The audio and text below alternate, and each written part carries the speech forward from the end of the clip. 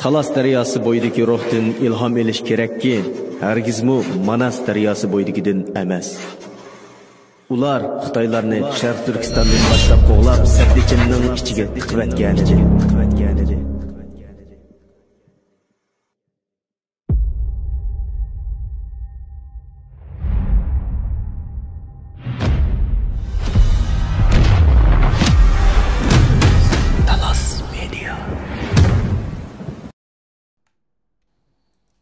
Assalamualaikum dünyanın arqası cəmiyyətdəki Şərq Türkistan xeyirdaşlar. Bugünkü vaxtınız xeyirli olsun.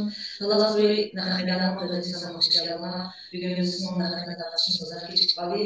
Özür sorayınız. Bugünkü qadərli günümüz həmimiz tutmuş olan Şərq Türkistanın müstəqillik davası izchil kurashib kelayotgan və Şərq Türkistanın egil huquqini kitabını oxuya yozganın ekranına çıxaramiz. Hoş bulduk. Həməyləng salam. Aleykümselam. Bugünkü asas temamız şu Şərq Türkistanın egilik huququ namlı kitabını çörgən aslında oldu. Şimdi birinci sualım Ruhiyat Dilish xanım sizga. Şərq Türkistanın egilik huququ namlı kitabını yazış ilhamı sizdən nədən gəldi? Nima üçün bu kitabını yazdınız? Çünki bizninki Şərq Türkistan xalqının siyasi kimligi tiklanishi kerak. Hozirgacha bizning siyosiy kimligimiz shunda qalaymaqon bo'lib kelyapti-da. Birlari bizni osonlik millat deydi, Xitoyning tili bo'yicha Xitoy chunki bular bizning Xitoy davlatiga osonlik millat deb hammaga bizni shunda kirgizyapti. Ondan keyin hatto o'zimizmi biz indigenous peopleslar deb yozinglar desa, biz Sharq Turkistonga indigenous to'g'ri yerlik, ammo UN'dagi u indigenous kategoriyaga kirib qolgan bir millat emas. Unda deb ta'bir bersak bo'lmaydi o'zimizga. Uningga ma'qul deb report yozganlar bo'ldi tashkilotlarimizdan. Shuningga bizning kimligimiz shunda aslida biz besilingan bir davlat, tajovuzchilikka uchragan davlatimiz bo'lgan bir xalq bo'lsakmi, bizning kimligimiz xalqarada shunda qalaymaqan. Nima bo'lmoqchi bo'lganligimizmi aniq emas. Ba'zilarimiz mustaqil bo'lamiz deymiz, ba'zilarimiz bizga inson haqlari kerak deyotgan, ba'zilari biz Xitoylar bilan birga barobar yashaymiz, barobar huquq bahsi deyotgan. Shuna bir qalaymaqonchilik bor. Shuning uchun men bu kitobni yozish orqali uning ustiga hozirgacha xalqaro qonunlarni akilib, xalqaro qonunlardagi bizning haqqimizni, huquqimizni, bizning manda qonuniy huquqlarimiz bor deb meşrulaştırılgan bir narsa chiqmadi. Biz o'zimizning oldi bilan kimligini meşrulaştırışımız gereken, xalqimizning nima istaydiganligini meşrulaştırışımız gereken deb shuning bu kitobni yozganman. Şərq Türkistanlıqlar doğru nurgun kitaplar yazıldı. Meyli Şərq Türkistanlıqlar tərəfindən olsun və ya ki Şərq Türkistanlıqlar emas tərəfindən olsun. Undaqsa sizin kitabınız bilan şu yazılgan kitapların farkı nima?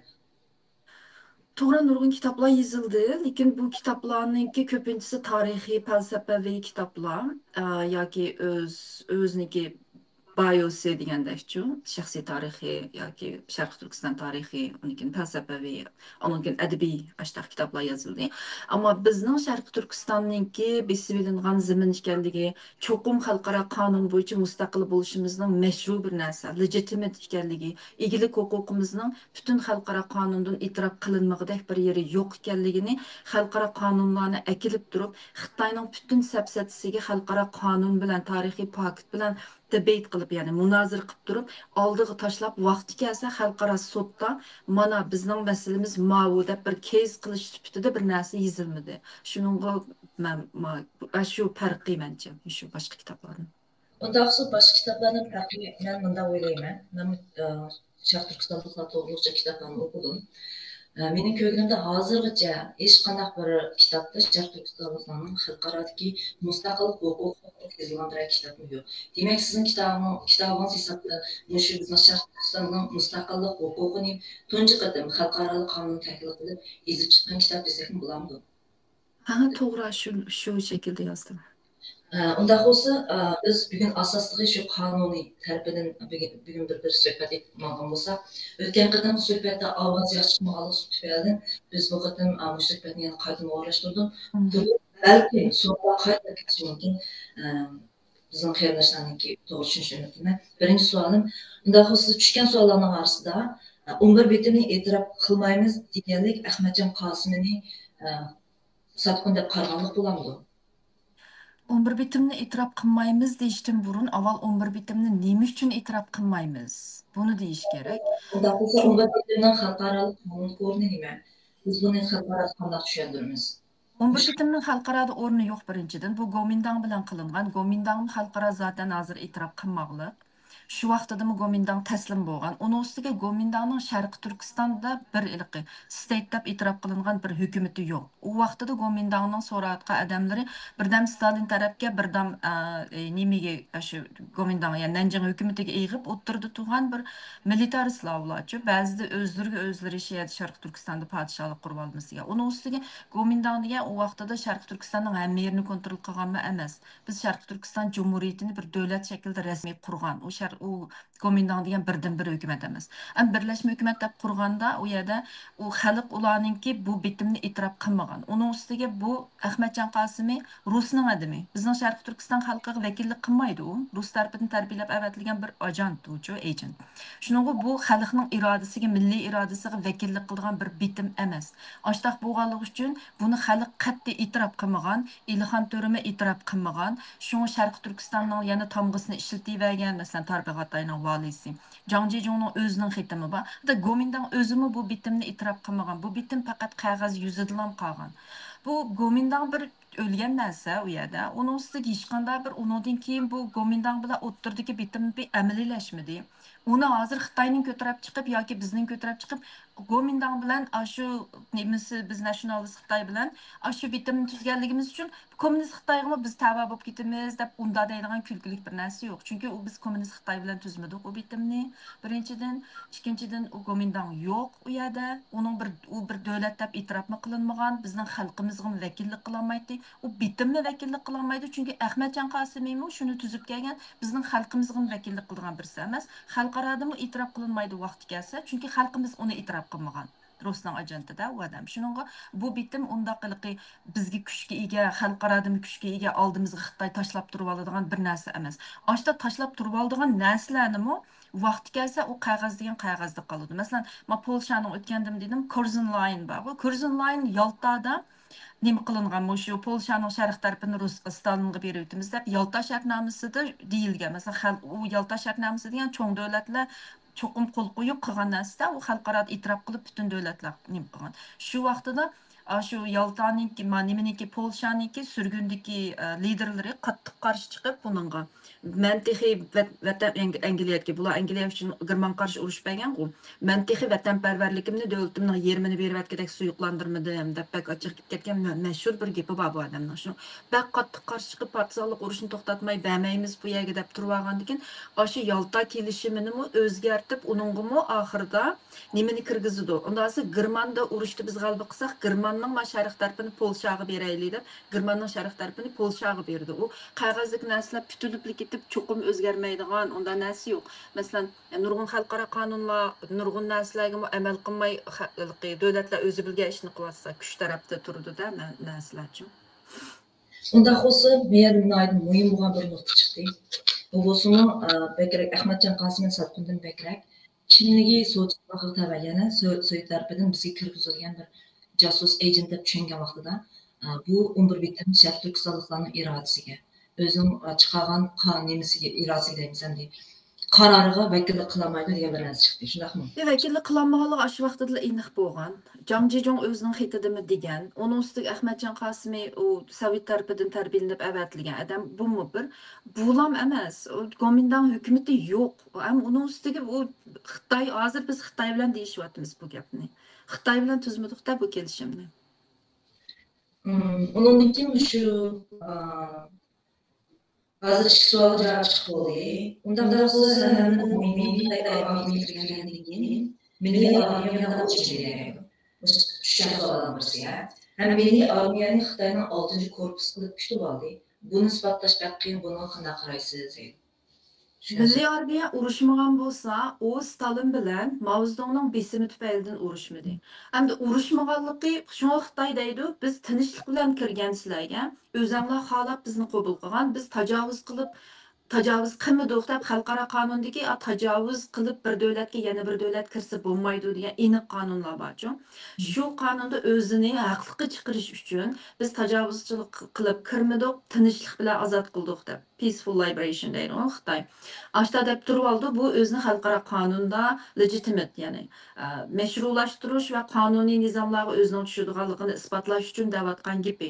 Amaliyotda bu milliy armiya qo'shilib ketgan ular bilan urush qilmagan qilmaganligi Xitoyning tajovuz qilmaganligini isbotlamaydi. Bu yerda Mao Zedong bilan Stalinning bisimi bo'lg'ashqa, bu bisim tufaylidan liderlarini bular bisim qilib Sovet qo'lida tutqashqa, Stalin bularni urush qilmaysa deb bisim bilan urush qilmagan. Asli u milliy armiya davomli Kuomintang bilan bir yerga qo'g'lab chiqaritay deb qolgan ularni urush qilib, u urush qilmay to'xtab qoladigan askerlerimiz emas deyular, urush qiladi, lekin bunun beshini kesib etdi bular. Beshini kesib etib, kontrol qilib, bisim bilan urush qilg'izmay qaytib etgan, ya'ni o'zlari xohlab emas. Agar o'zlari xohlab qiladigan ish bo'lsa, Xitoy men tajovuz qilmadim deydigan isbotlayman desa, xalqaro qonunda cho'qim ikki taraf urushib kirsa tajovuz qilindi degan bir narsa yo'q. Xalqaro qonunda sen qurolli kuch bilan boshqasining ziminiga bisib kirsang bu zo'ravonlik bo'ladi degan gap nima bor, qonun bor. Bu Xitoy qurolli kuch bilan kirdi. Wang Jin 70 ming askar bilan kirdi. Bingtuanni kirdi. Mao Zedong bilan Stalinning telegrammasini chiqargan. Men sizga avatdim bu tumarsiz. Bo'ldi. Va ekranda ko'rsating, Mao Zedong bilan Stalinning yozgan telegrammasi bor. Xarita bu. Nimaga bu telegrammada shu Mao Zedong deydi, Stalin deydi, sen chopsan kir Sharq Turkistonga, qish kirib kelsa, u yerda so'qoqda ular senga qarshi chiqsa, sen besib ololmaysan deb Stalin buni rasmiy ishtirdi Mao Zedongchi chopsan kirmamsa deb. Shu Mao Zedong bundan askariy yordam so'raydi. Stalin ma'qul deb yordam berdi. Bunun aniq faktlar bor. Demak, bu ikkisi birlashib bu yerga qurolli qoldi kirdi. U cho'qim bir askariy o'zimizning bir davlat askariy kuchi bilan ular bilan urushgan bo'lsak tajovuz qilganlik bo'lmaydi. U askar bilan kirdi, xalqaro qonunda bu military force bilan kirgan bo'lsa, qurolli kuch bilan kirgan bo'lsa, bu tajovuz hisoblandi. Uning ustiga bizning xalqimiz u yerda u beshini kesib yutib kontrol qilgani bilan to'xtamay qarshilik ko'rsatdi. Xotanda 50 necha qitim qo'zg'olon bo'ldi shu Xitoy kirishiga. Uningdan keyin janub tarafda Xotandalar emas, G'uljida nurg'un qo'zg'olonlar bo'ldi. Xitoy o'z radiosida, Urumchi radiosida dedi, 150 ming to'planchini bostirib o'ltirib yo'qotdik deb. Bularning hammasi qarshilik shu xalq qarshilikmi ko'rsatdi, ya'ni o'zining irodasi bilan bir qitilib ketgan ish yo'q bu yerda. Shunga bu Xitoyning tajovuz qilganligi aniq o'rtada ya'ni.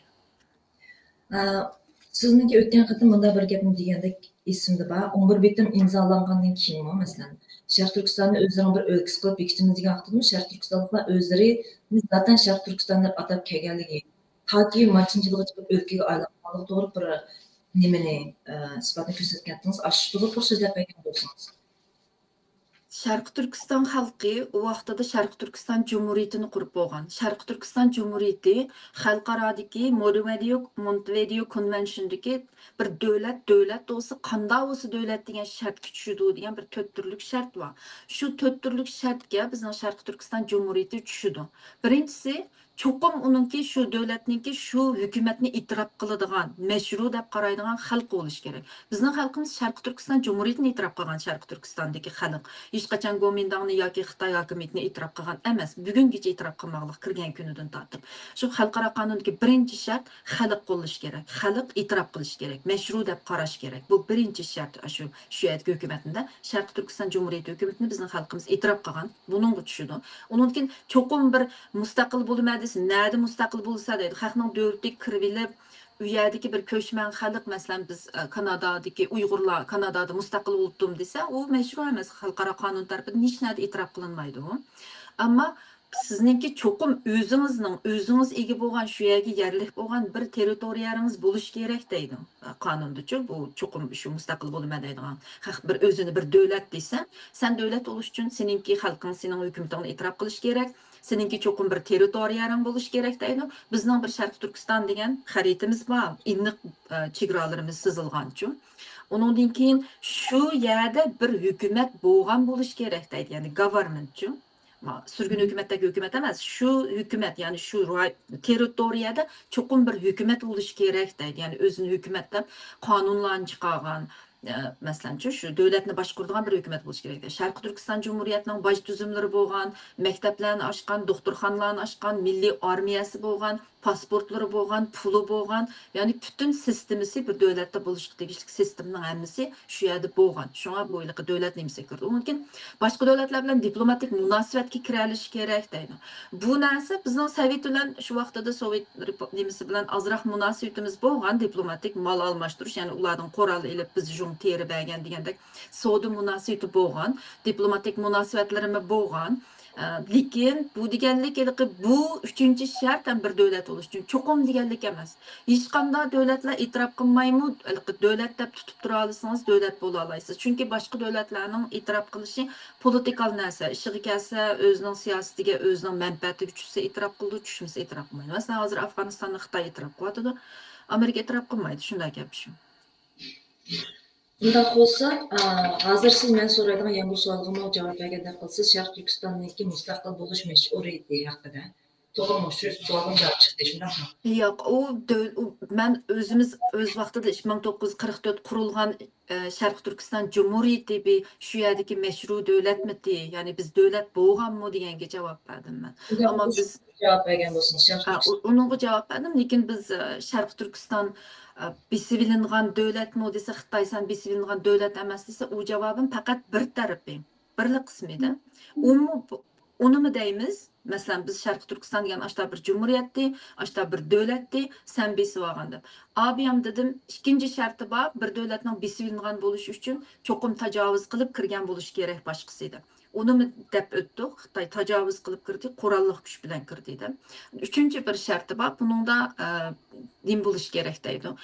Cho'qim bir yilqi bu yer besilingan davlat bo'lish uchun cho'qim besilinganligini isbotlashda xalqaroniki 637 qonunda va 1514 nomerli umumiy yig'inning qarornomalarida deydiki, bu yer cho'qim shu besilingan davlatdan 630 nomerli qonun emas, u doktrin hamda prinsip. Shuningda chegara jihatdan dengiz yoki boshqa davlatlar orqali ayrilib turgan bo'lishi, uning ichidagi xalq besib olgan davlatdan etnik, til va boshqa hamma jihatda o'xshash millat bo'lmasligi kerak deb boshlaydi. Biz bu shartga tushishimiz nimishga deganda, bizni faqat dengiz orqali Xitoydan ayrilib turmagan bo'lsak, biz Xitoy bilan bevosita qo'shni emas, o'ttirda bir qumluq bor yo'g'on. U qumluqning hammasi Xitoyning, masalan, Mongoliya mening yerimi meningmi deydi. Shuningga bu fizikal ayrilishdan boshqa bizning xalqimiz Xitoy qat'iy o'xshamaydigan bir xalq. Shu qonunga tushdi. Ya'ni Xitoyning xalqi emas, biz Xitoy emas, hech nimamiz o'xshamaydi. Hech qanday narsada ham buni tafsil demasam bo'ldi. Shuningga bu bizniki mushunda bo'lsa colonized bo'lgan bo'ladi deydi-ku. Ammo chegara cho'qim fizikli ayrilmagan, Xitoydan dengiz orqali ayrilmagan debni turib olmaymiz. East Timor, masalan, West Timordan Indoneziyadagi dengiz orqali unda bir chegara orqali ham ayrilmagan ikkisi billa. Ashula mustaqil bo'ldi. Shuningga bu manda bo'lsa cho'qim mustaqil bo'ldi degan narsa bizga texi eng tushudi. Biz Xitoyning davlati ko'chman bo'lib berib shu yerda qolib qolgan bir oz sonliq millat emasda. Agar biz o'zimizni Xitoyning davlatiga bir oz sonliq millat desak, bizning mustaqil bo'lishimiz mumkin emas bo'ldi xalqaro qonunlar bo'yicha. Xalqaro qonunlar nima uchun muhim deganda, oqimizga dastaqlash uchun muhim, boshqa davlatlarni elish uchun. Undan keyin bu xalqaro qonunda Euthyphrosis doktrin deb bir doktrin bor. Bir imperiya sizni besib olgan bo'lsa, u imperiya chekitishdan burun aşağıdaki hükümetke territoriyani kimga topshirgan bo'lsa, shuning bo'ladi debchi. Masalan, u territoriyani Angliya Hindistonni besib olgan vaqtda Hindiston hukumatiga topshirib etgan. Ammo Manju u yerda biz Gomindanga bir kitobda borki, Gomindanga topshirib bergan deb yanishga, u Gomindanga topshirib unda bir yozma, bir hujjat hech narsa yo'q. Og'zaki agar Gomindang hukumati chiqsa, Gomindangning bo'ladi degan bilan bizning Sharq Turkiston u yerning bo'lmagan. Hozir xaritni ko'rsam, bir xarita bor. Amerikaning bir xaritasi bor. North Herald degan bir jurnal, shu 33-yil chiqqan bu, deyman, 32 mo'yam. Tumaris yo'qolib ketdingiz. Nima? Xaritini ko'rsam ekranda. Hozir chiqadi.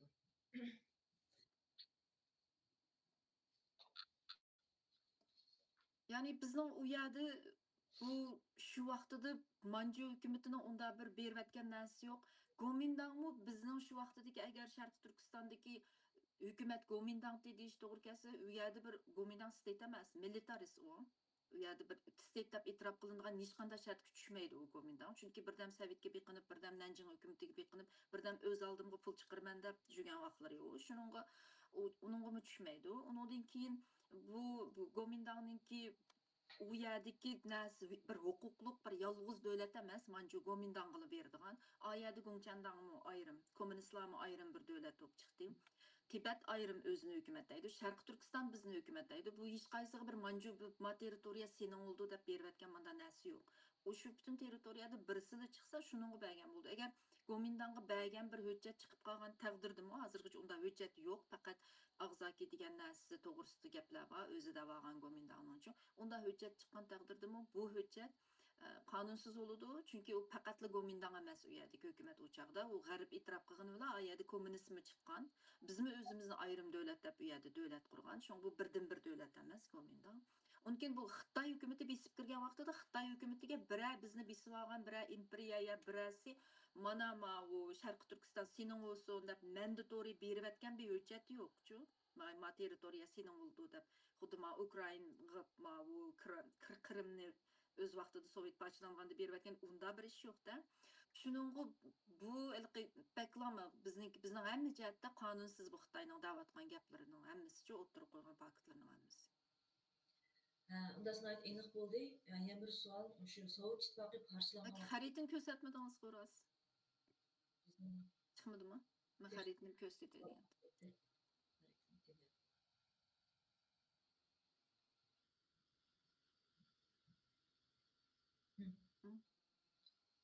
Mana bu Yaponning xaritasi qarasanlar, Yaponning qanchinchi yili tumaris yilib qaragan meni esimda yo'q. 30-yilmi? Ko'ramadim men. 1930-yil. 30-yili. 1930-yili Gomindan hukumati hammasi bor, kommunistlarni yurgan vaqtlar. Ma Yaponning xaritasida bizning territoriyamizni tashqi Mongoliya bilan o'xshash qilgan. Xitoyning territoriyasining ichida yo'q. Qizil chiziqdagi Xitoyning territoriyasini. Yana bir xaritani ko'rsatdim. Çıkmadı. Mana ma'nodimi? Bu Amerikaning deymi, Amerikaning jurnali chiqarganman, North Herald. Shumi? Shunday bo'ldi, bu 1934-yildagi. Ha, shu bu Amerikaning North Herald degan jurnal chiqargan. Amerika u vaqtida Gomindanni desteklaydi. Gomindanni qo'llaydi-ku. Qo'llab turib chiqargan ma xaritada bizni yana tashqi Mongoliya bilan o'xshash shaklda yozgan Xitoy va Nanjing hukumatining territoriyasining ichiga kirgizmagan bu xaritada. Yana bir xarita bor chiqqan. Gomindan o'zi chiqargan. Ma Gomindan o'zi chiqargan xaritadami, kommunist tavayalar deb chiqargan xaritada biz yo'q ana. Bizning xaritamiz yo'q bu yerda.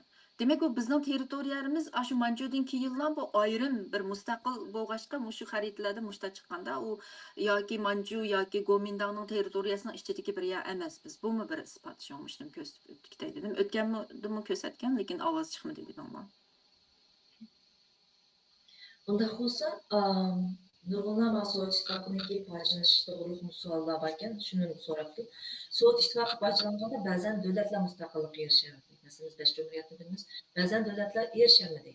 Shuni qarta xalqaro qonun buni qanday rol o'ynagan, ham ichki va tashqi mulojaat ozroq bir taklif bera olamsiz?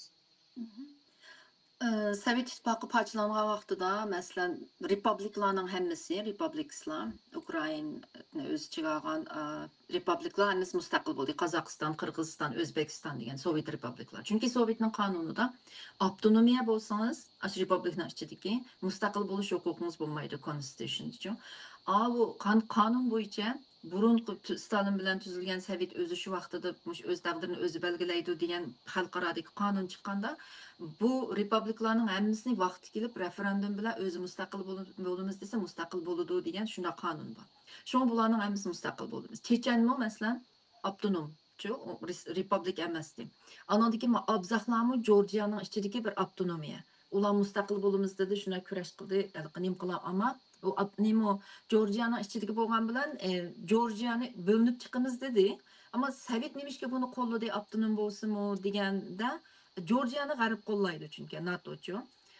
Ayada Georgia'nın bir güçlük devlet buluşunu xalaydı, Abzaqlarning bölünüp çıkışını xalamaydı. Onunğa qarşı ayada Sovet Abzaqni bölünüp çıkıp Georgia'ni aciz tutuş üçün o vaqtida Abzaqlar mustaqil olumuz degende Abzaqlarni qo'llab de facto bir devlet qurgan. Şu Abzaqlarni faqat Sovet bir necha devletlar uşaq devlet e'tirof qildi. Qolgan Xitoy zaten mustaqil olumuz degan devletlarni xalqlarni hech qaysini e'tirof qilmaydi. Ondan Amerika G'arb davlatlari bu Abzaqlarning mustaqilligini e'tirof qilmagan. Endi onun üstüge Abzaqlarni qandaq deb qaraydi desa, faqat Sovet qili yo'rinib, davlatni o'ziga mustaqil emas. Sovetniki bir vassal state uchun hamma nimasida Sovet boshqurdi amaliyotda bir yag'an mustaqil deklamda, endi Sovetning bir avtonomiyasida ashta nima Rusniki Sovet deyman hozirgi. Ashta ahvolda shunga bu ilqi o'z oldiga bir mustaqil emas bu Abzaqlar. Rusning boshqurishi bilan mang'udu debmi G'arb davlatlar, nurg'un davlatlar Rusni yaxshi ko'rmaydigan davlatlar, Rus bilan dushman davlatlar bu sababdan Abzaqlarni qo'llamagan. Endi Chechenlarga qarasak, Chechenlar nimishki bundaq mustaqil bo'lamidi degan vaqtida Chechenlarning ishi bakrak muhim rol o'ynagan. Bo'lmasa ular shunda dudayib, shunda qurolliq kurash qilib nurg'un yerlarni elib qolgan Rus bilan urushib tankilagan. Lekin o'zining ichidagi bo'linish tufaylidan. Chunki bu Rus bilan birga yashaymiz, mustaqil bo'lmaymiz degan kuchlarmi bor. Burun Rusningki nimasida ishlagan Ruslan Kabalov deb family name unutib qoldim. Ruslan degan shu bu Xitoy bizning ichimizda xuddi Xitoy bilan birga yashaymiz deganlar bo'lganda, Chechenning ichidimi biz mustaqil bo'lmasligimiz kerak. Biz urushni xohlamaymiz, qon to'kishni xohlamaymiz. Rus bilan yashasaqmi kunimiz yaxshi bo'l deb shu Rus bilan birga yashaymiz degan kuchlar bor. Bu kuchlar Ududayev degan mustaqil bo'lamiz degan kuchlarni yetim qoldirgan. Onunkin bu Chechenistonda radikal kuchlarmi bor. İslamist xalifa davlat quramiz deydigan. Chunki davlat qurish nemisdimi bakchiq talash tortish bor. Yezillardagi xalqlarimi, Chechenniki, yezi boshliqlarimi birsin avtonomiya deysanki, birsin mustaqil deysanki deb ikki tarafni biz e'tirof qilmaymiz, bir-biring bilan so'qishib o'ynaysa debchi, ular ikki tarafning gapini anglamay munda turib olgan. Shunday ahvollar. Bizning ahvollarimizni o'xshab ketadi. Shu mushta sabablar tufaylidan Chechen mustaqil bo'lolmagan. Hamda yana birisiga anda qonuniy sabablar tufaylidan, undan birisiga strategic geopolitical sabablar tufaylidan Rus ba'zilariga mustaqil bo'lish qitilib, ba'zilariga bo'lmagan mushta sabablar bor. Bundaq bo'lsa, nurg'unlar bundaqday bir senariyo bor bizning mustaqillikka erishishimizda. U ahvolim yo'q degan bo'lmaydi. Masalan, Xitoy kelgusida parchalab qolsa, Sharq Turkistonga mustaqillik keladi degan bir senariyoning yo'q degan bo'lmaydi. Ammo biz ichki jihatdan o'zimizning tayyorligini tutkazamisak, Checheniyaga o'xshash ahvol qolib qolamiz degan gapda vaqtda. Şuna biz nimish qilishimiz kerakligini bilishimiz kerak. Eng avval bir xalq mustaqil bo'lish uchun xalqarada hech qaysi bir davlatlar, men o'tgandimi dedim, 80% davlat faqat shu mustaqil bo'lganlar, Ikkinchi dunyo urushidan keyin 80% mustaqil bo'lgan xalqning tashqi dunyoning yordami bilan bo'lgan. Chunki mustaqil bo'lamiz degan xalqlarning hammasi ojiz, shu davlatning qo'l ostidagi xalqlar o'z oldiga o'zilar mustaqil bo'lib ketishi baktas, shu davlat tashlab etmagan ahvol ostida. Masalan, Singapurni ne tashlab Malayziya tashlab etdi-ku, Xitoy bakchi huquqni olib ketgandan keyin Malayziyani olib ketadigan o'xshaydi deb bo'lib chiqaryapti. Shuningga o'xshash unda tashlab etmagan, ya'ni mustaqil bo'lsin deb bizga huquq berib, demokratik biz huquqlarimiz kuchli. Bunday ahvol ostida biz yana ojiz xalqaro dunyoning yordamisiz mustaqil bo'lishimiz pek tas. Uning uchun qadamma-qadam menish kerak. Bu xalq kim? Buni xalqaro bilish kerak. Bu xalqningki siyosiy identity, kimligi nima? Ya'ni bu xalq nima bo'lgan xalq? Az sonli millat desa, Abzaqlarni, masalan, Georgiya bu degan bir avtonomiyatdi. Bu degan bizning mening respublikamning chunki az sonli millatdi. Bu ya o'zining davlat emasdi deb, ashunda deb qonuniy xalqaro qonunlarni akilib, diplomatik narsani lobbichilikni bek kuchli qilib, Georgiyaning shu diplomatik nimasimi cho'ng rol o'ynagan faqatlamiliqi. Georgiyani acizlaştırmayı güçlük tutma deyişdi emas. Diplomatik münasibetin bu bek muhim. Bunu diplomatik münasibette şuna biz özümüzün siyasi kimlikini çokum xalqaraga to'g'ri anlatışımız gerek. Kanuni hak hukuklarımızı meşrulaştırışımız gerek.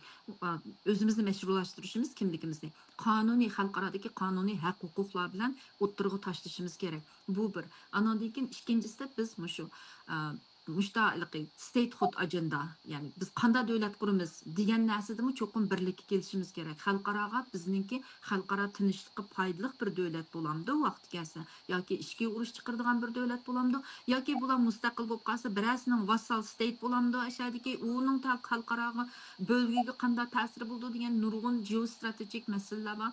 Bularning hammasini to'g'ri shaklda xalqaroga anglata olishimiz kerak. Buni anglatish uchun yanalam ichki ichimizda biz bir o'rtaq siyosiy kimligimiz, ya'ni butun xalqning milliy irodasiga vakillik qila oladigan bir kuchni o'ttirg'a chiqishimiz kerak.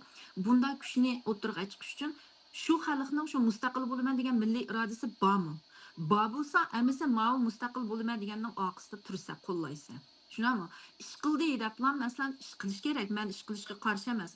Ish qilishning bir yerga berib bir ishni qilsaqlam bo'lar, ish qilyotidi deblar, shuni qo'llab o'taversa kunimiz o'taverdi. Bizning bir umumiy kimligimiz, umumiy milliy orzuyimiz, nega bordig'imiz, nima ish qildig'imiz aniq bo'lish kerak-da. Bu strategiya, bu nishon hammamiz aniq bo'lmay turib, ish qilamiz, vaqti kelganda bo'lamiz deb ap qo'ysa, birisi vaqti kelganda xalqaro dunyoda o'zgarish bo'ldi, Xitoy parchalandi yoki urush bo'ldi deydi. Taqsidi bizga bizning mustaqilligimizning fursati sunilgan taqdirdami shuni qo'lga oladigan bir kuch bo'lmaydi. Chunki biz tayyorliksiz holda faqat aktivizmlik qilib, faoliyat qilib, ish qildik-ku deb ketaveramiz. Men aktivizmlikqa qarshi emas, ish qilishga qarshi emas, ish qilish kerak. Buni qilish kerak, but not limit with them. Cheklanib qolmaslik kerak-ku. Ish bilan cheklanib qolmaslik kerak. Bizning butun nishon prinsiplarimiz, hammanimiz, maydonimiz, milliy aspiration degan narsalar aniq bo'lish kerak.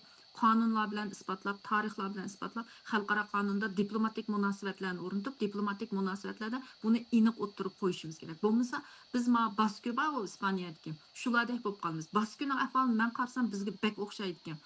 Nemishga hozirgacha mustaqil bo'lanmidi deganda Baskoninki o'ng qanotlari mustaqil bo'lamiz deganlarning ichida ular ashtaq ikki kanda bir qismi mustaqil bo'lamiz deydigan kuch, yana bir qismi yo'q biz Ispaniya bilan birga yashaymiz deydigan kuchgan. Ispaniya bilan birga yashaymiz deydigan kuchlar bir-biri bilan shunda o'nkan onun kuchi bor ekan. Nemishga desa Ispaniya ularga shuni jiq pul berdi ekanda, yordam. Anda bo'lgandan keyin Astirtni qo'llaydi ekan, Ochiqni qo'llaydi ekan, avtonomiya bo'lamiz biz. Ispaniya bilan yashaymiz emas, avtonomiya, greater autonomy, cho'ngroq bir avtonomiya Ispaniyaning boshqarishida yashaymiz deganlarni qo'llaydi ekan Ispaniya. Undan keyin ularning kuchi bor ekan, puli bor ekan, xalqmi bular ish qilyotdi deb jiq xalq agishidi ekan. Ma'u mustaqil bo'lamiz degan oz bir qism o'zi bilanmi birlashamaydi ekan. Nemishga desa buning ichida kommunistlar bor ekan, liberalistlar bor ekan, sotsialistlar bor ekan, uchi buchi deb hammani akirgandan keyin bu har xil ideologiyadagilar bir-biri bilan birlashamay kuchli tutmaydi ekan o'ng qanotni mustaqil bo'lamiz deganlarni. Uningki buningdan foydalanib olamni hujum qilib turdi ekan bularga. Shuning bilan bular hozirgacha mustaqil bo'lolmoqlikda. Masalan, Basko bo'lmasa shunda uzun bo'lib ketgan qancha yillardan tatib 70-nechchi yillardan tatmashda chiqqan ekan. Hozirgacha hech qanday mustaqil bo'lolmagan. Ammo Estimurnikida shunga qarasa, shu har xil kuchlarni Estimurning Gusmao birlashtirdi-ku. Qurolli kuchni taqib etib, qurolli kuchda faqat zo'ravonlik bilan ololmaymizga, kuchimiz yetmaydi deb ya xalqaro qo'llama dedi. Zo'ravonlik nimasi ahmag'an ekan, millatari nimasi. Gusmao uni partizanlikqa aylantirib taqib etib, diplomatiyani tang atmag'idi-ku. Qurolli kuch bilan boshqa kuchni birlashtirib etdi. Birlashtirib etib, ideologiyada har xil bo'lgan odamlarning hammasini hammamizning nishoni birli mustaqillik degan bir ideologiyaning ostiga to'playdi. Har xil uchi-buchi deganlarni. Shuning bilan bular kuchli bo'lib keyin Istimurda mushlarning shu Gusmauning birlashtirishi bek muhim rol o'ynab ketgan ekan. Bunda xususi bizning shu diasporada sirtda, shu 20-30 yildan yoqi Sharq Turkistonga mustaqillik bo'lsin yoki bo'lmasa atalmish Uyg'ur region deb ataydi boshlaniki kishilik huquqini talab qilganlar bo'lsin, hozir qadar bu harakatlarning mag'lub bo'lishining asosiy sababi mana shu o'yladim sizningki bo'lsa shunda tushundim.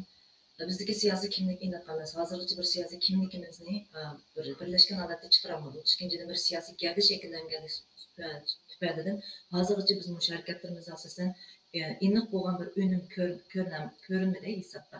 İşte tushunsak bo'ladimi? Siyosiy kimlik to'g'ri dedingiz, ham siyosiy kimlik kim bo'lganligimiz. Ya'ni biz indigenous emas, UN'ning kategoriyasidagi az sonliq millatmi emas, bir yerdan ko'chib kelgan ko'chman xalq emas.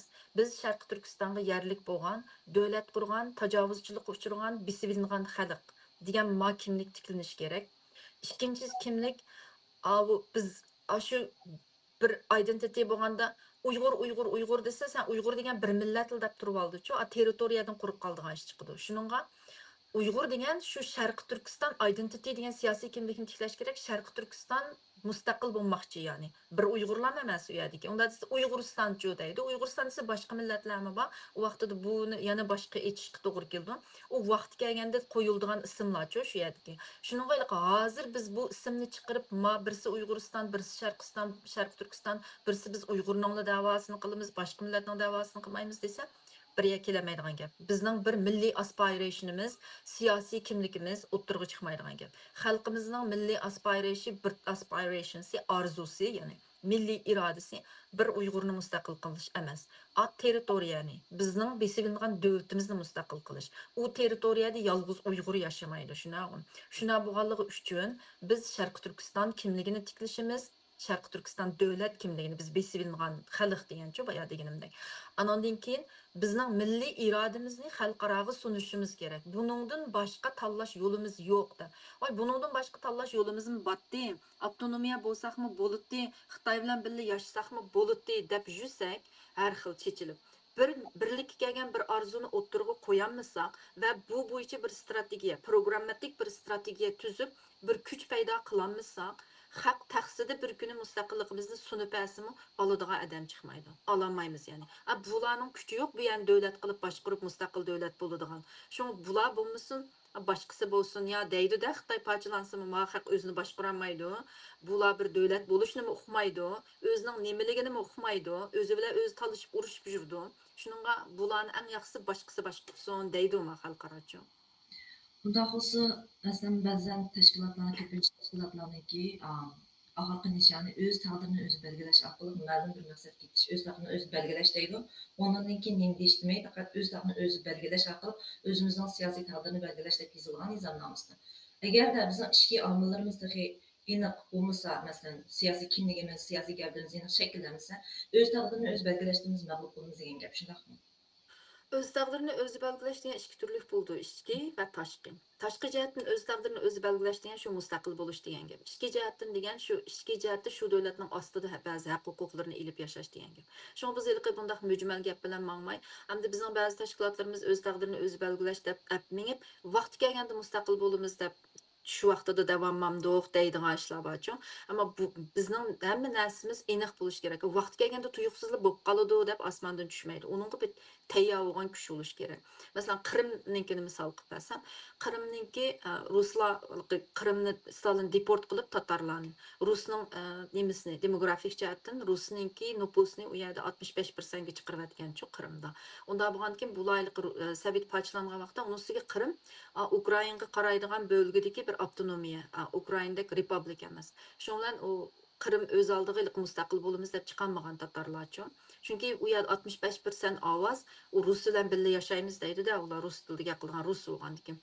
Ananikin bu Ukraina mustaqil bo'lamiz degan vaqtida ba'zi tatarlar u yerga ko'chib borgan bilan rus tilida yashamdik, Ukraina bilanmi deganda bu tatarlar biz mustaqil bo'lamiz deb hozir demay, avval republik bo'lgandikin, shu nima Ukraina bo'linib chiqsa, avval anandikin Ukrainaning ichidan avtonomiya huquqlarini olamiz, uningdagi mustaqillik qarab qadam olamiz deb bular u vaqtida ashtada plan tuzib 54% ovoz bilan Qrimning ashta ovozi bilan Ukrainaga qaytilgan bo'larchi. Ukrainaga qaytilgandan keyin uningdan keyin Qrim Ukrainadan avtonomiya huquqimni olaman, cho'ngroq huquqimni mustaqil bo'laman desa, uni Ukraina hech bermadi. Bəməsəcə bulan bastırıb qıldı. G'arbmi ularni qo'llamadi. Chunki Ukraina ojizlashishini g'arb manchi xalab ketmaydi, bo'linib chiqib. Ammo Rus qo'lladi. Rus qo'llab ularni sizlar mustaqil bo'linglar deb Rusmi ko'p bo'lgan ekan. U yerga ovoz bergan vaqtida askar bilan kirib, Rusning askarlar turayotgan yerda ular erkin ovoz berolmaydi, erkin fikr qilolmaydi. Shu Rus bilan birga yashaymiz degan ovoz bilan chiqib, uning ustiga populationning jiqi Rusning altida qoldi-da, Qrim tatarlarini bir mustaqillikka erishamiz. Shunga o'xshash biz bir narsani vaqti kelganda bo'ladi deb o'tirgan ishlar emasmi? Bo'lmaschi deganga tayyorlik qilish kerak. Agar unda bo'lmay, manda bo'lsa deganga tayyorlik qilish kerak. Bir narsani cho'qim bo'ladi degan bo'lmaydi. Xalqaro vaziyat o'zgarib turdi, tunugunki ish bugun bo'lmasligi mumkin. Balki ati boshqa narsa bo'lishi mumkin. Balki Allah bir minutda hamma nimani o'zgartirib yetishi mumkin. Chunki insonlar buni predikt qilib, cho'qim manda bo'ladi, cho'qim bunda bo'lmaydi demaydi. Shunga biz tayyorligimizni qilishimiz kerak. kuchimizni qandoq qilib qanday yerga akilimiz vaqti kelib manda bo'lsa nimaga qaysi jihatdan tayyor turamiz qandoq qilamiz degan buni o'ylashimiz kerak chunki qo'limizdan keladigani diasporada shu boshqa cho'ng narsani kelmaydi Men aslında bu sualım var dedi ki bunun kırkesi vakti yapmaydı mesela şu aktivizm siyasi hareket siyasi geldi bu şekilde hareket sak okşama şekilde hareket sak bizni kayga kurdu diyen şekilde kanda akvata gitki bu diyen şekilde mesela bu sualım var dedi menimce bunu kilakatın kuyaydı ve bunu kırk etmeydi benim soraydan yan bir sualım mesela bu xalqaro qonunni ba'zan davlatlar shu xalqaro qonun orqali o'zi mustaqillikka erishgan bo'ldi ba'zanlar erishilmadi bu to'g'riliq bunda qisqacha tushuncha bera olasiz nima uchun ba'zan davlatlar bu xalqaro qonun aqdi ba'zan davlatlar nima uchun bu xalqaro qonun aqdi Xalqarалық qanun manda. Xalqara qanunda umumiy yig'inning qarorlari bo'ldi. Umumiy yig'inning qarorlari General Assembly'ning resolution. Bu resolutionlar davlatlarni bir-biriga bog'lay olmaydi. Treaty emas uchun. Convention emas. Conventionlar davlatlarni bir-biriga bog'laydi. Unga UN'ning qonunlari bor, charterlar. Bular davlatlarni bir-biriga bog'laydi. Member bo'lgan davlatlar sen manga amal qilsa deydi. Uni bir askariy kuch bilan bog'lay olmagan taqdirdami asasen bağlaydı da. Hem de xavfsizlik kengaşidan qaror chiqib, agar ma xavfsizlik kengashiga 5 davlat bor, ular askariy kuchni xavfsizlikka mas'ul bo'lgandan askariy kuchlarning qo'lida aralashmaslik, peacekeeping bu deganlarim. Shular masalanga umumiy yig'inning qarorlarini e'tirof qilgan, destaklagan bir narsa chiqarsa o'zining qarorida. Av qarorlarmı qonunga aylanib ketadi. Onundan keyin bu umumiy yig'inning qarorlari yoki xitobnoma deganlar praktis qilinayversa boshqa davlatlar tarafidan hammasini praktis qilinayvergandan keyin bu norm, ya'ni axloqiy bir prinsip, doktrin asta-asta bu davlatlarni bog'lab yetadi bir-biriga. Chunki hammasi praktis qilib ishlatavergandan uchun. Shuningga bu xalqaroning qonunlari ba'zi davlatga ishlatdi, ba'zi davlatga ishlamadi degan gaplar birsi bu qonunlarning turiga qaraymiz. Qaysi xavfsizlik tarafidan desteklendi, ya'ni confirm qilindi uchun, qaysi faqat umumiy yig'inning qarorlariga tushadi, amaliyotda BDTning qonunlariga tushmaydi. Degandek bunda masala bor, chunki BDTning qonunlari very complicated, pek murakkabjon. Andan keyin bir qonunga tushdi degan bilan yana bir qonun u qonunni inkor qildigan yoki uningga bog'lanib qoldigan ish bo'ldi. Shu BDTning qonunlarini o'zgartishim bektas, bir qonunning bir jumlasini o'zgartsa, u yana bir qonunga berib taqishadigan ish chiqadi. Shuningga bu neyliqi sistemni o'zgartishim bektas bu hozirgacha nurg'un qonunlarni hech qaysini o'zgartirmayotganning sababi shu bo'lsa kerak deb o'ylayman men o'zim, chunki ashta bek murakkabkan. Andan keyin bu ba'zi davlatlarningki mustaqil bo'lib, ba'zi davlatlarning mustaqil bo'lolmasligi, bular butunlay power dynamics BDT'deki kuch selishtirmasiga munosabat. BDT'ga member bo'lgan davlatlarning kimning tarafini tutadi, qayerda turdi, ovozini kimga berdi? Masalan, Xitoy bilan Amerikani olsa, Xitoy tarafda turamdi, Amerika tarafda turamdi. Amerikani jiqroq qo'llamdi, Xitoyni jiqroq qo'llamdi. Xavfsizlik kengashidan 5 davlatdan bir qaror chiqdi deylik. Kimlar uni qo'llab chiq ovoz berib ovozdan o'tdi? O'tmasa masalan intervention qilib qirg'inchilik bo'layotgan yerga kiralamdi, kiramamdi. Ba'zida ashta bo'ldi, lekin ba'zida hammasi yana o'zining hozirligi men Birleşken Devletler demey, United Nations degandan Divided Nations desem bo'g'idek buni deyman, chunki bo'linganlikcha bu davlatlar hammasi o'zining politikasi bo'yicha ish tutadi. Birisi-birisininki gapini olmaydi. Ba'zi qonunlar ishiga kelsa hurmat qiladi, ba'zi qonunlar ishiga kelmasa hurmat qilmaydi. Ya'ni geostrategik, geopolitikal, diplomatik munosabatlarni bu qonunlarga nihoyat cho'ng ta'sir ko'rsatadi. Ba'zi treatylarga hatto imzo qo'ygan turib amal qilmaydi. Treatylarni jiddiy etib ishini qilaverdi. E'tirof qilmayman buni deb lamchi masalan. Shunda bu ahvolda buningda boshqa qaysi kuch buni majbur qilish kerak. Shunami? Shuna bu power dynamicsmi bu qonunlarga ta'sir ko'rsatadi. Lekin bu deganlik bu qonunlarning qat'iy kuchi bo'lmaydi. Bu UN'ning sistemasi butunlay garbage deganlik bo'lmaydi. Chunki dunyo sistemasi tegishib, butunlay o'zgarib Xitoyning Tiansha sistemasini hozirgi worldning dunyoning sistemasining o'rniga qo'yaligini yo'q. Boshqa bir yangi sistem, 5 davlat sistemasini yo'qotib, u dunyodagi bugungi dunyo sistemasini yo'q qilib New World Order deb Rossiyadan Xitoy da'vatidi. Bu asosan Xitoyning Tiansha ideologiyasi ostidagi sistemni chiqarmoqchi bular. Unda bir narsa texi chiqqan yo'q, buning o'rniga bir narsa texi chiqib bo'lmadi. Bu bir. İkincisi, bu davlatlar gapini olmay, siyosatda o'zining manfaatiga kelgan vaqtida o'zimizning ishni qilamiz degan taqdirdimi? Yana vaqti kelsa, yana shu qonunlarni ko'tarib chiqib, bir-birining oldiga tashlashga to'g'ri keldi. yana bir-biri bilan diplomatik munosabat qildi. Masalan, hozir Gazani ishida qaranglar, qirg'inchilik qildi deb to'xtamay UN'da yig'in ichyotidi. Ukraina masalasida Rusni qirg'inchilik qildi deydi. UN'da buni davlatlar ovoz beryotidi. U hech kimning ishi bo'lmaydigan bo'lsa, hamma davlat o'zi bilganini qilib o'tasi bo'ldi. Bular diplomatik munosabatda yana shu qonunni ko'tarib chiqadigan gap. Shunga bu narsalar bek muhim.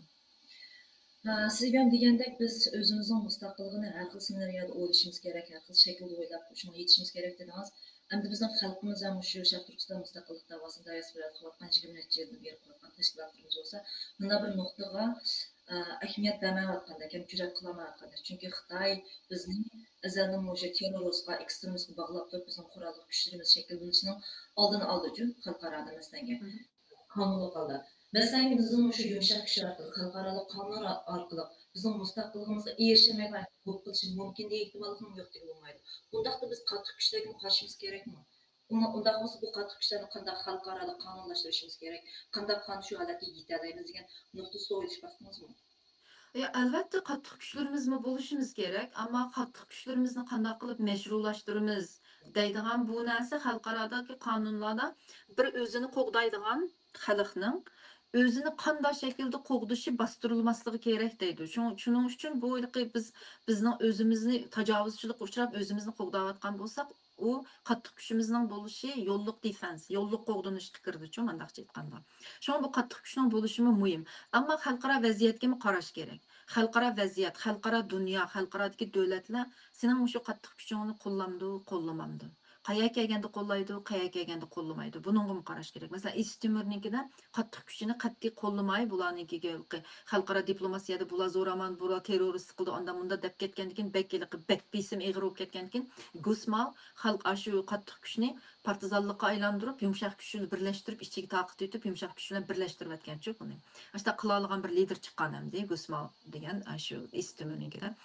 Shunga bizniki qattiq kuchlarimizni u yo'lni bo'lish kerak, yumshoq kuchim bo'lish kerak. Biz faqat yumshoq kuch bilan ham diplomatik shaklda ham mustaqil bo'la olamiz degan bo'lmaydi. Chunki vaqti kelganda, masalan, biz o'zimiz bo'la olmaymiz, xalqaro yordam bilan bo'lamiz dedim-ku, men. Xalqaro yordam bilan bo'lganda o'zimizning kuchi bo'lish kerak. Xalqaroni bizga yordam qiladigan bir bisim bo'lish kerak, ya'ni. Shunga bu qattiq kuch vaqti kelganda vaqtni utishga yaraydigan yoki xalqaroga bisim qilishga ba'zi jihatda yaraydigan taktika cho'qimli bizni qattiq kuch, cho'qim faqatla bizni qurolli kuch ozod qildi deydigan unda bir narsa yo'q. Biz cho'qim yumshoq kuchni billa atmayishimiz kerak. Vaqti kelib agar ehtiyojlik bo'lsa, qattiq kuchni taktik jihatda ishlatishga to'g'ri keldi. Nurg'un davlatlar shu mustaqil bo'lganlarda hamda qattiq kuchni taktik qilib ishlatgan, vaqtdan utishga ishlatgan. Faqat ularning qattiq kuchi bilan ozod qilib qo'ymagan uni, xalqaro aralashishga ozod bo'lgan nurg'un uchun erkinlikka erishgan. Ammo bu qattiq kuch shunga bir vosita yordam bo'lganda endi bo'lmasa bo'lmaydigan shu yerda.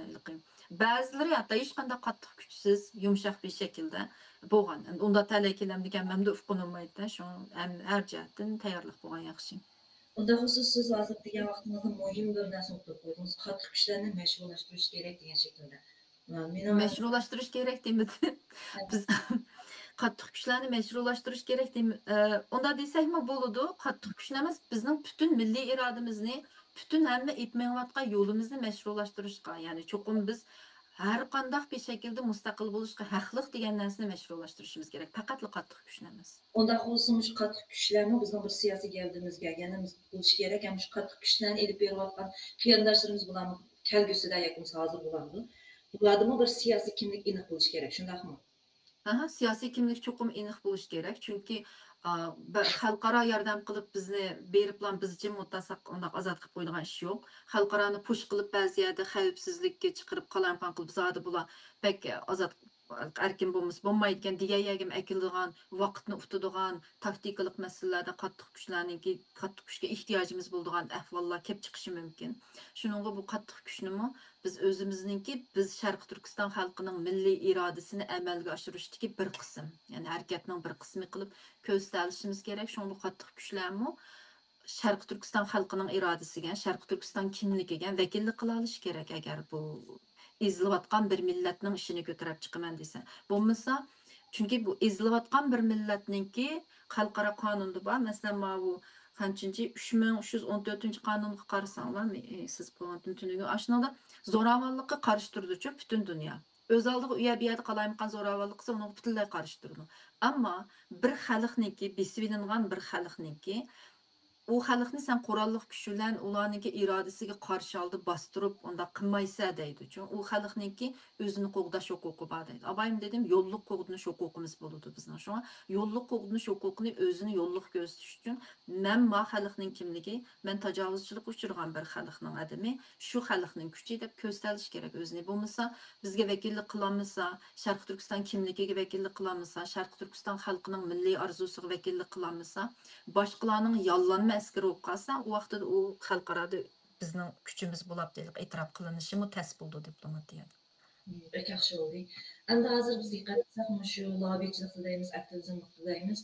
Ko'pincha tashkilotlarimiz shu ishilib bo'lganda Sharq Turkiston biz xalqimizning qirilib qolgani genocide shaklida davlatlarni e'tirof qilishga chaqirib qoldi va shu shaklda bir huquqlarni talab qildi. Shu bizning uchrab qirg'inchiligimiz Sharq Turkiston mustaqillik qanday qilib o'ynaydi? Shu to'g'ri bir qisqacha javob bersiz mumkinmiz. Intayin muhim rol o'ynaydi, chunki biz besilingan davlat olarak mustaqil bo'lamadik. Besilingan davlatlarning mustaqil bo'lish mezgilida 2-Dünya urushida nurg'un davlatlar mustaqil bo'ldi, lekin bizni e'tirof qilmadi. Shunaqa bo'lamadik. Ammo bizga fursat qirg'inchilik uchrayotgan davlatlarning, xalqlarning, hatto garchi ular hatto boshqalar tarafidan besilingan bo'lmasa-mu, qirg'inchilikka uchrayotgan bo'lsa, mustaqil bo'lish huquqi bor xalqaro uchun. Bu oxirgi tanlash deb. Chunki avtonomiya degan narsani bermagan bo'lsa, masalan, sen cho'qim avtonomiya olsang bo'ldi deyanmaydi. Biz qirg'inchilikka uchrayapmiz. Qirg'inchilik uchrayotgan xalq qanday avtonomiya bo'lib birga yashaydi? Masalan, Kosovo qanday bo'ldi? Bo'lmadi. Milosevic avtonomiyani bermadi. Shuning bilan NATO aralashdi. Shuna va NATOning u yerda manfaati bor aralashdi. Ammo Kosovo qirg'inchilik uchraganligi uchun aralashdi. Milosevic u Ramboy nima agreement ma shuning qo'l qo'ygan unumidi avtonomiyani bermayman bularga deb. Ashuningda peace kelishimda, tinchlik kelishimida ma'noga imzo qo'y deb avtonomiya bermoqchi bo'lgan u Kosovo xalqining qitilgan avtonomiyaga. Ammo serblar bermagandan keyin avtonomiyani bermadan qirg'inchilik qildim. Undan biz aralashimiz deb NATO kirib, u yerda NATOchi ki u yerda nim bo'ldi-da, bular intervention qilib mustaqil bo'ldi. Bizga Xitoy avtonomiyani bermadi, qirg'inchilik qilyapti. Unda bo'lganki yana avtonomiya deyishning o'rni qolmaydi. Qirg'inchilik qilayotgan bir millat o'zini qirayotgan, ya'ni birisi bilan birga yashayolmaydi, bir yerda turolmaydi. Bu nayt aniq. Bu qirg'inchilik bu millat butunlay yo'qolib ketish kerakmi?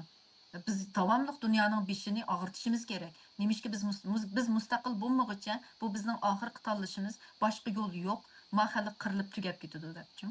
Chunki bu qirg'inchilikni o'ttirg'i ko'tarib chiqib mustaqillik da'vosi qilishmi bizning hozirgi vaziyatimizdagi nayt muhim bir ko'zlamdim deymiz. Muhim pishlarni bir şeyden de ko'zda. Ya muhim nimalarni qo'limizdagi muhim fursatlarning birisi. Ruqiya Hanım bugün hakikaten cevap verişik ters olan sorulara cevap verdiniz. Hem inançı halkımız mı? Bazen özüm konuda kalıstı olan çekişler işleyen oldu da böyleyim. Vakit münasebetinden biz söhbetimizi bir şey dahillaştırgan olsak. Sizga ko'pdan ko'p rahmat. Ya, sizlarga ko'pdan ko'p rahmat anlig'inglar uchun. To'g'ri, qoyilqig'idek javob berdimmi bilmayman, ammo yana savollar bu tushsa javob berishga har zaman tayyorman. Rahmat, Allohga emanet.